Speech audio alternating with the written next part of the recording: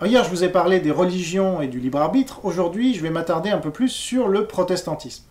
Donc, nous avons vu que les fondateurs du protestantisme, que sont Luther et Calvin notamment, ne croyaient pas au libre arbitre. Et aujourd'hui, la majorité des protestants ne se revendiquent plus de Luther ou de Calvin et croient dans le libre arbitre. Donc on appelle les premiers les calvinistes et les seconds les arminiens. Les arminiens prétendent que Dieu nous laisse le libre choix de venir à lui et d'avoir la foi. Les calvinistes, au contraire, prétendent que l'homme ne peut venir à Dieu par lui-même et que seul Dieu peut contraindre l'homme d'avoir la foi.